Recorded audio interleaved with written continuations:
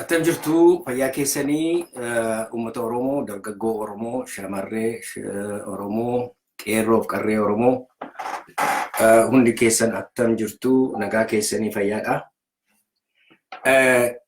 Har'a yeroo xiqqoodhaafini attention keessan barbaada. Waan baay'ee na fudhatu mini wanta gidduu kana deemaa jiru video ko isa darbe irratti waan tokko dhiyeessin ture. Isa booddee wanta deddeemaa jiru naannaa Oromiyaa keessatti, naannaa lixa Oromiyaatti, naannaa Gujii Boorana keessatti waan deemaa jiru. Hundi keenya waan waliin beennudha. Waan ani keessa deebi'ee isinitti himuu miti.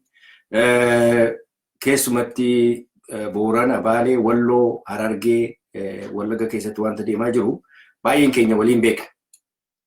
Haa ta'u malee haasaa koo jalqabuu dura gadda koo warra lubbuun isaanii darbeef keessumatti Gujii keessatti warra mana keessatti gubatanii obbolaa keenya warra achitti dhume, Boorana keessatti warra dhume, Harargeetti warra dhume, Walloo keessatti warra Afaarii rukutamaa jiru, warra Wallagga keessatti, Gimbii keessatti, Dambidolloo keessatti, keessumatti Gullisoo keessatti, Ayira keessatti, Mandii Najjoo, Begii Gidaamii keessatti warra rukutamaa jiru, warra du'aa jiru, lixa Oromiyaa keessatti, Horroo Guduruu keessatti warra dhumaa jiru. Gadda guddaan qaba. Gadda koo kana ibsachuun barbaada. Baay'een gaddaa lubbuun kun darbuu isaatii fi geeddarumsa haaromsa nu dhufe jedhanii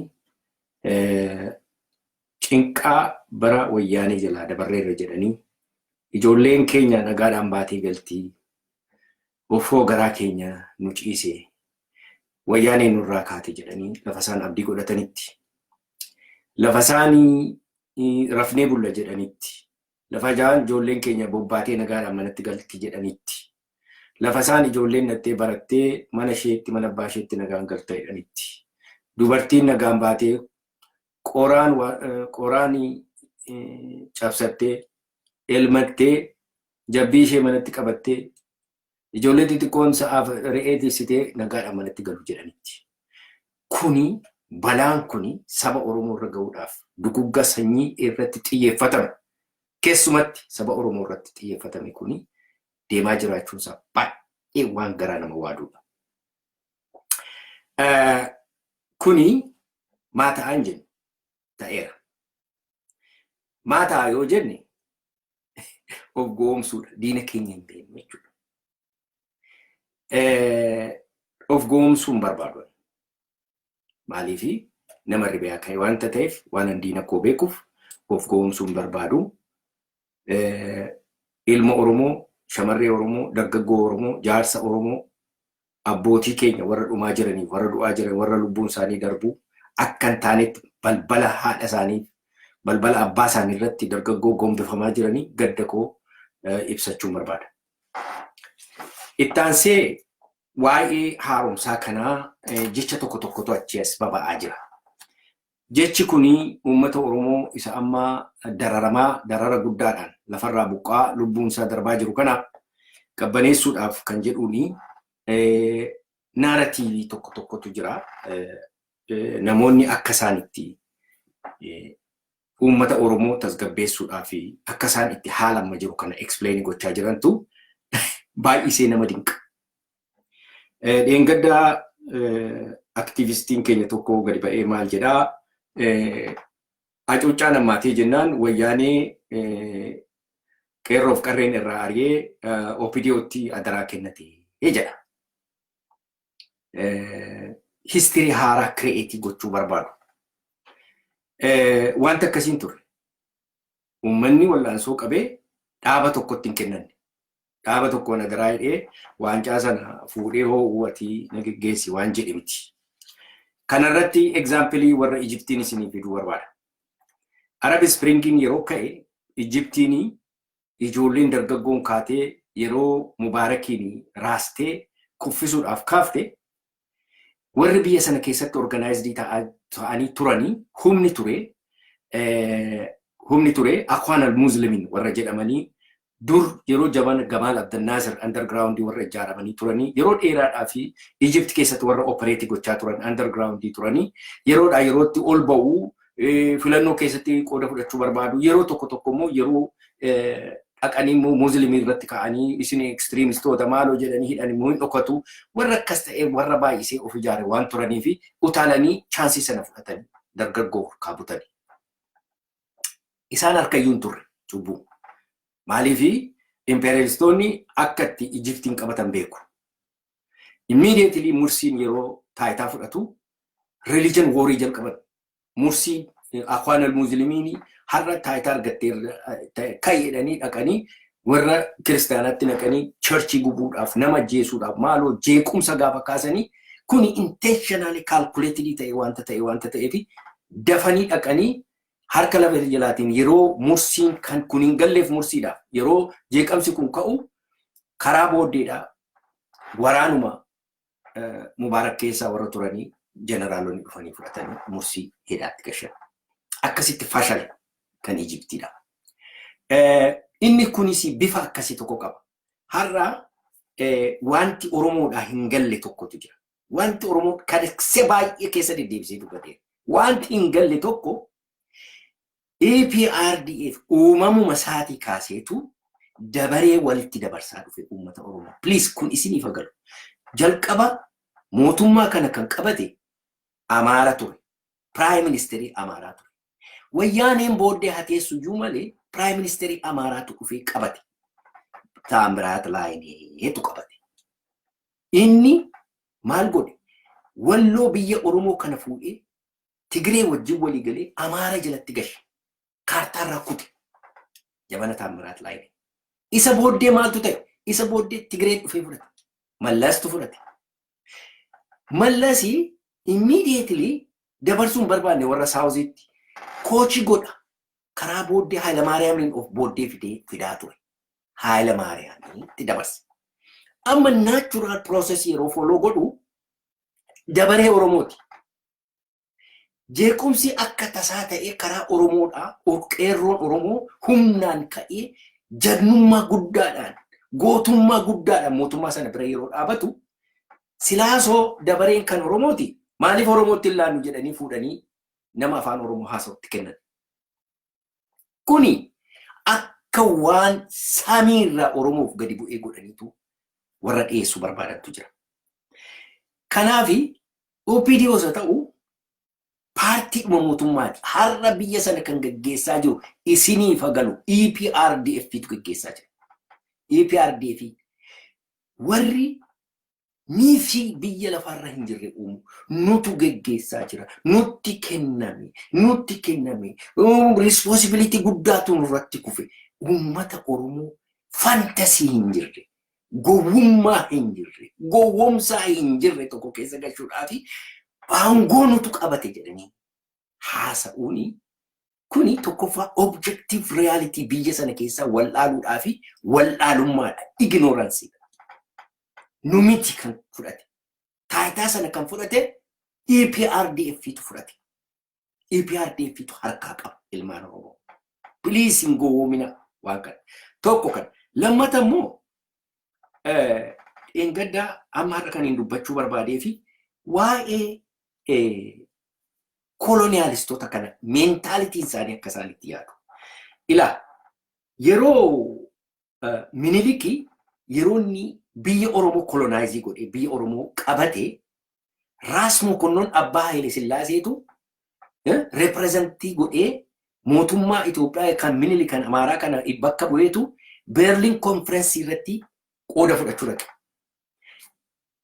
Yeroo qooda fudhatu maal jedhaa? Isin biyya alaatii dhuftanii biyya kana hirmaachuu biyya Afrikaa hirmaachuu dhuftu. Ani immoo qawwee naa kennaati. Adaraa keessan na gargaaraati biyya gaallaan qabadhaa biyya Saawuzii kootiin qabadhaa jedhee appilikeeshinii gashate. Paakeeji diilii gaafate achi keessatti ilaa ishee kana dhaggeeffadhaa. Minilik gaafa sana Raas Mokonnonitti qawwee ana duwwaadhaaf kennaa duwwaa hin jenne. Paakeejii kan biraa booddee jira. Maal jedheen? Ila jara kana qabachuun nagaa adaraa warra Oromootti qawwee ittiin gurgurina. Oromoo warra Saawuziitti qawwee ittiin gurgurina hin kenninaafi jedheetu waadaa gashate. Ilaala ilmaan Oromoo. Isa jabana sanaatii ka'e ilmaanni Oromoo akka hin qabanne godhame. Akka lafi irraa fudhatamu godhame. Oromoon eega jabana Minilikii yeroo Mangistuu Hayilamaariyaam brief momentiidhaa fi awwaajiin ba'ee lafa argate malee Oromoon tasa lafa ooni godheen beekuu. Isinii gala. Hin beeku lafa ooni godhe. Namni beeka jedhu achi as bahu. Hin jiru. Qawweedhaa fi lafa. Biyya sana keessatti lafa kee fi maatii kee kan itti protectii gootu qawweedha. Qawweedhaan protectii goota. Lafa kee kan itti protectii gootu qawweedha. Egaa kana lamaan kan qabu ilmaan Habashaati. Tigreen qawwee oonii gochuu danda'a. Lafa mataa isaatii qabaachuu danda'a. Uummatichatu oonii godha laficha. Mootummaa miti. Amaarri lafa oonii gochuu danda'a. Qawwee oonii gochuu danda'a. Mee ilaalaa ilmaan Oromoo. Oromoon lafas qawwees oonii gochuu danda'u. Isa duwwaatti ittiin dhimmi. Afaanis ooniin gootuu jedhan. Afaanis ooniin godhattu. Maqaas ooniin godhattu. Maqaa biyyaas ooniin godhattu. Amantaa kees hin fudhattu. Itti amantaa keetiinis hin jiraattu kan jedhu kan Oromoo double triple ta'e. Ilmaan Oromoo. Ilaagaa isa kana ilaala. Amma kun hundumtuu darbee isiniin gabaabsaa. Wal'aansoon eega jalqabame wal'aansoo kana namoota garaagaraatii wajjin murna garaagaraatii wajjin Tigree wajjin Amaaraa wajjin maaloodha wajjin wal'aansoo eega gochuutti kaane yeroo ce'umsatti bara 1992 ce'umsatti seenamu nu amanaa Habashaa tokko jedha nu amanaati rakkinni hin jiru walii wajjin hojjenna ijoolleen keessa mooraatti galanii jedhan. Ilmaan Oromoo amananii ijoollee xoxobbee saafila fuudhanii 20,000 ol ta'u kan mooraatti gashan. Ijoolleen sun jiru warra. Akka nama qamadii haamuu matreeyyeesiidhaan haamanii fixan. Madaa guddaa meemorii saba Oromoo keessatti hafe kun. Har'a sabi Oromoo kana keessaa ba'ee dandamatee kanuma keessaa ba'ee saba kana dura dhaabachuun isaayyuu waan guddaadha anaaf. Kana keessaa ba'ee kana keessaa dandamatee ka'ee saba kana dura ilmaan Habashaa dura dhaabbatee qomas harka isaa duwwaa dhagaadhaan lolee yeroo wayyaanee laamshessu EPRDF'n folok jettee galagaltee nama kan biraa fiddee EPRDF'n gubbeerra teesse. Yeroo gubbeerra teessu jalqaba tarkaanfii isaa fudhatanii dhaggeeffadhaa. Tokkoffaa lafa akka inni hin gadda isinitti hime Mallasii lafa Oromoo isa Mangistuu Hayilamaariyaam awwaajiin kenneef awwaajiin irraa fuudhee mootummaatu oonii godha biyya sana keessatti Oromoon lafa hin qabu. Immediately qawwee hiiksise. Warri kun immoo Oromoon qawwee hidhachuu hin jiru kan jedhu filoosoofi warra Minilik san kontiinuu godhan. Warri dabballoota Oromoo aktivistoota Oromoo kan jedhani isa jala bu'anii faaggaafuuf amma tokko deeggarda maal jedha mootummaa kana amanee jedhe Wallagga keessa warri asiifachi fidu kuni hiikkachuu qabdee harkatti laachuu qawwee lafa kaa'uu qabu. Qawwee lafa kaa'anii utuun isaan ta'e qabattoo kooyyuu hiikanii lafa kaa'aa. Biyya keenya keessatti qabattoo hiikkachuun dhiirummaa gatuudha. Gadhaa'u dhiirri qabattoo hiikkatu. Number 1. Number 2 Oromoon har'a osoo danda'ame moor hidhatee moor ijoollee isaa leenjifateetu lafa isaa fudhata deeffata. Lafa isaa awwaajiidhaan isarraa fuudhame deeffata utuu dhuguma Oromoodhaaf nama dhaabbatu taate. Akkasin jedhamu naurii hin jedhamu iyyuu ilmoon dhiiraa qabattoo koon dhiiraaf hiikkadha hin jedhu. This tabuu achiin ga'amu iyyuu hin jedhamu. Histirii keessattuu hin jedhamu. baga Amaarri kana nun dhagayin afaan Amaaraatiin qabattu achuun fitu waalee jedhaniitu sila asiif achi deemanii awwaaju turan baga afaan Oromootiin jedhan. Tokko kan lammata immoo mee ilaalaa ilmaan Oromoo namni tokko shugguxii tokko qawwee tokko qabateedhaa fi duulli hammi kun maaliif achitti duulame? Maaliif Gujiitti duulame? Maaliif Wallootti duulame? Maaliif Wallaggatti duulame? Maaliif Baalee fi Harargee irratti maaliif duulame? Yaa ilmaan Oromoo maaliif beektu? Oromoon qawwee qabachuun irra hin jiru, Oromoon mirga isaa eegsifachuun irra hin jiru, Oromoon boquu ol qabatee jennaani interestii imperialistootatii fi interestii ilmaan Habashaatu threatened ta'a. Interestii sanatti caba. Kanaafitu qawwee hidhachuun irra hin jiru. There is no way. Egaa ilma Oromoo yoo Oromummaa qabaatte, yoo dhiirummaa qabaatte, qawwee qabatte akka gadi hin dhiifne siin jedha. Kuni challenge eenyummaati. Manhood challenge sitti dhufan. Manhood challenge kun qawwee kee lafa kee seenaa gadhoofteettaa jechuudha. Kana egaa uummanni Oromoo Habashaa amaneera sakkuma meeqa amaneera. Fatansaa iluu harka bal'isee qeesii Ortodoksii qeesii Amaaraa hammateennaani mutaadhaan addana keessa waraanii summiidhaan ajjeese. Fatansaa iluu abbaa boora. Nama meeqa isa booddee Jeneraal Taaddasee akkasitti gowwoomsanii gashan. Waaqoo guutuu jaagamaa keelloo akkatti gowwoomsee gashe. Nama keenya akkasitti gowwoomsanii yeroo hundumaa gowwoomfama namni Oromoo. Takkaa galagalee irribaa ka'ee hin beeku. Maali Waaqayyo maaliif akkas jaanjoo godheen uuma akka ta'e hin beeku. Kan Waaquma kadhachuudha. Balaan kun akka nurraa qabu. Tokko kan. Lammata mootummaa kana har'a akkamittiin amana?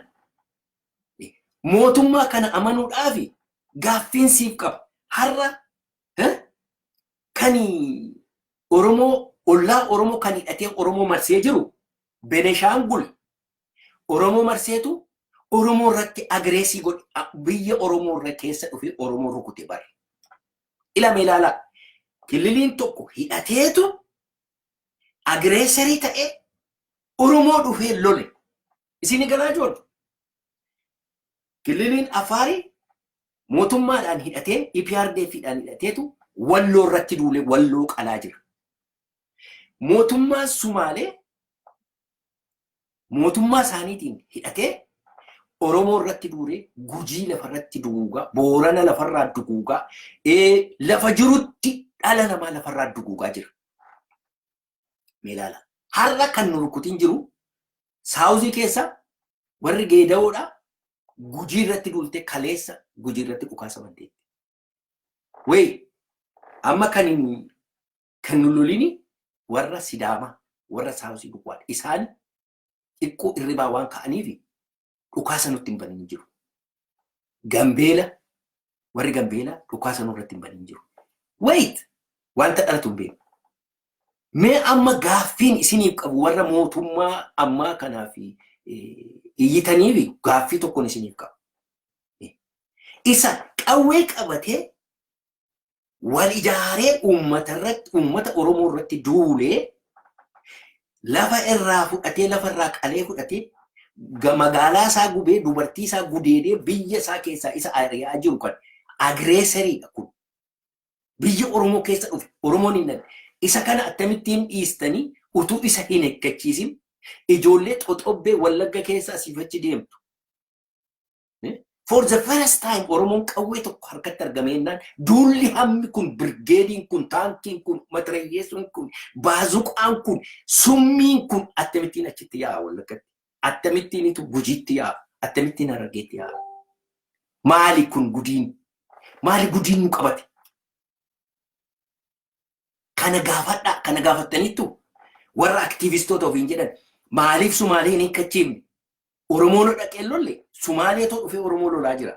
Afaariin hin kachiifne Afaartoo dhufee Walloo duguugaa jira. Keessumayyuu ba'anii internationally warra terroristiidhaanii condemned ta'an Al-Shabaabiin fidaniitu Moyyaalee keessatti Al-Shabaab mind you Al-Shabaabii internationally condemned terrorist organization. Isa fidaniitu moyyaalee keessatti nama keenya qalchiisaa jiru. Warra kana kaaftaniitu ishuu ta'eera kun. Dharri Oromoo sareedha. Raammoodha inni Gujiitti kaleessa gubate. Inni Gullisootti mana haadha isaa balbalatti akkasittiin funyaaniin gadi gombifamee dhiirri afaansaa keessaa gadi yaa'u. Sareedha. Raammoodha. Nama kana of gaafatta ilma Oromoo. Attamitti raashinaalaayizii goota. Sammuun kee attami. Attamitti raashinaalaayizii gochuu barbaada. Ani Oromoodhumaan gaafataa jira. Kana gaafattaa of gaafattaa maal ribaa kaataan meesumaalee isa hidhatee sirratti duule dhaqanii nu amanaa jedhu attamitti si amanna koy attamitti mootummaa kana amanna mootummaan kuni Oromoo irraa hin dhowwin makkalaakaatu Oromoo tumaa jira hizbi deenneetiitu Oromoo tumaa jira kora bittinneessaatu Al-Shabaabii wajjin ta'ee moyyaalee keessatti Oromoo ajjeesaa jira bar warri eliitiin keenya walitti qabanii kissii kana banuu danda'u turan ICC International Criminal Court itti dhugaa dubbachuudhaaf har'a Al-Shabaabtu wayyaanee wajjin hidhatee maaloo wajjin hidhatee ka'ee dhufee Oromoo mana isaa keessatti rukutaa jira. Egaa warri hidhannoo hiikkatan Oromoodhaan jettanii meegaa which comes first? Isa kam inni dura oolu? Isa kam inni dura oolu ilmaan Oromoo walii keessan gaafadhaa mana keessanitti galtanii ijoollee keessanii wajjin ollaa keessan community keessanii wajjin mee garaa qulqulluudhaan jibba daangaa tokkoon jibbinaa dhiiga keessan isaanis amma dheengaddaa gara ji'a 3 dura yeroo cinaaksan irratti lolli ture waan nagaddisiise baay'ee waan nagaddisiise tokko jira. Mucaa gullisoo tokkotu mucaa gullisoo tokkotu kophaa isaa gadi ba'ee hiriira ba'ee wallaalaa karaa dura harka qabatee ol kaaseetu maal jedha cinaaksan cinaacha kootee dhibaatee dhaabata. Mucaan kunarra du'eera.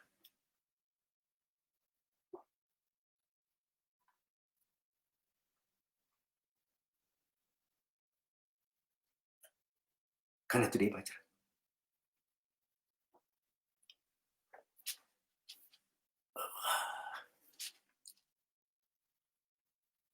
Ilmaan Oromoo, I'm sorry. Emotional hin ta'e namni dadhabaadha. Haa ta'u mee sammuu keessa naannessaati gaaffii kana dhiyeessaa. Akkamittiinitu lafi keenya deebi'a? Akkamittiin maaliif hiikkan? Maaliif hiikkatu wabuun? Ijoollee dargaggoon har'a hidhattee kilaashii 10 kilaashii 20 kilaashii 30 Wallagga keessa jiruu fi waraanni hammi kun Wallaggatti duulee Wallagga lafarraa duguugaa jira. Gujii lafarraa duguugaa jira. Boorana lafarraa Walloo lafarraa duguugaa jira. Walloon ikkoo isaan jala jira bara. Walloon ikkoo biyya Oromoo mitiin biyya daangaa Oromoo keessa Oromiyaa jala iyyuu hin jiru bara. Just because Oromoo waan ta'aniifitu Oromoo lafarraa duguuganii duguuggaa sanyii waan geggeessaa jiranii dhaqanii kota'anii Walloo barbaadanii ijoollee Walloo lafarraa fidanii. Maaliif beektu gaaf tokko daangaa isaaniitiif ka'anii nu gaafatu jechuudhaaf. Yaalmaan Oromoo. Maal si wayya? Diraamaa kun hundumtuu maaliif sitti fakkaata teessee yeroo laata? Diraamaan kun hundumtuu akkanaa galetti wayyaanee isa harka muree nama sangoomsee miila namarraa ciree nama bal'eessee Oromoo burjaajessee lafarraa duguugee fixee Tigraayitti galee wiskii dhugusan isa protectii gochuu duwwaadhaaf tokko. Lammata immoo lafa isa fudhatamaa jiru kan Finfinnee irraa biyya garaagaraa irraa lafa Oromoo fudhatamaa jiru kan itti fufuudhaaf pilaanii mallas. Sadaffaa Attamumatu Oromoon nama ta'e ilamee imantaaliti ijoollee nafxanyaa laala. Mina baatu gaallaa isa jedhani. Attama qawwee kaasee na dura dhaabata. Attam eessa baasheetti na dura dhaabatti isa jedhutu tuffii jibba kana hundumaati kan isaan amma gochaa jiran. Humna kana cabsuuf. Humna Oromoo isa dammaqee resistaansii kaampiitti hin gallu jedhe. Maaliif jenna? Kanaan dura nu fixxanii. Mee dura daangaa keenya nu eessisaa. Laandi giraabing isa jedhamu kana nu dhaabaa. Waan tokko na agarsiisa. Akkamittiin nama amana. Namni tokko na akkan si amanuu fi evidence produce gochuu sirra. Actionii positive actionii natti agarsiisuu sirra jira. Namni callu madee lafaa ka'ee si naman war. Qabattoo kun baafadhaa jedha. Mee qo'ime ati dhaaba keetiif qabattoo baafatta. Inni kun dhaaba isa ajjeesaa ture. Isa dararaa ture. Isa hidhaa ture. Isa biyyarraa godaansisaa ture. Isa lafarraa ari'ee har'a Finfinnee handhuura Oromiyaa fudhatee Oromoo lagatti gadari'ee summii obaasaa jiru. Siifi dhuguma dhaaba mataa keetiitti waan barbaadde ofirraa baafteyyuu namni waa tokko si godhu hin jiru. Uummanni kun garuu ijoollee waboon har'a laga keessaa noo inni kan hojjechaa jirtu kanaan dura dhattee hiikkattee amantee ilmaan Habashaa abantee kaampiitti galteetu lafarraa dugugamtee dhumte sii galaa'u.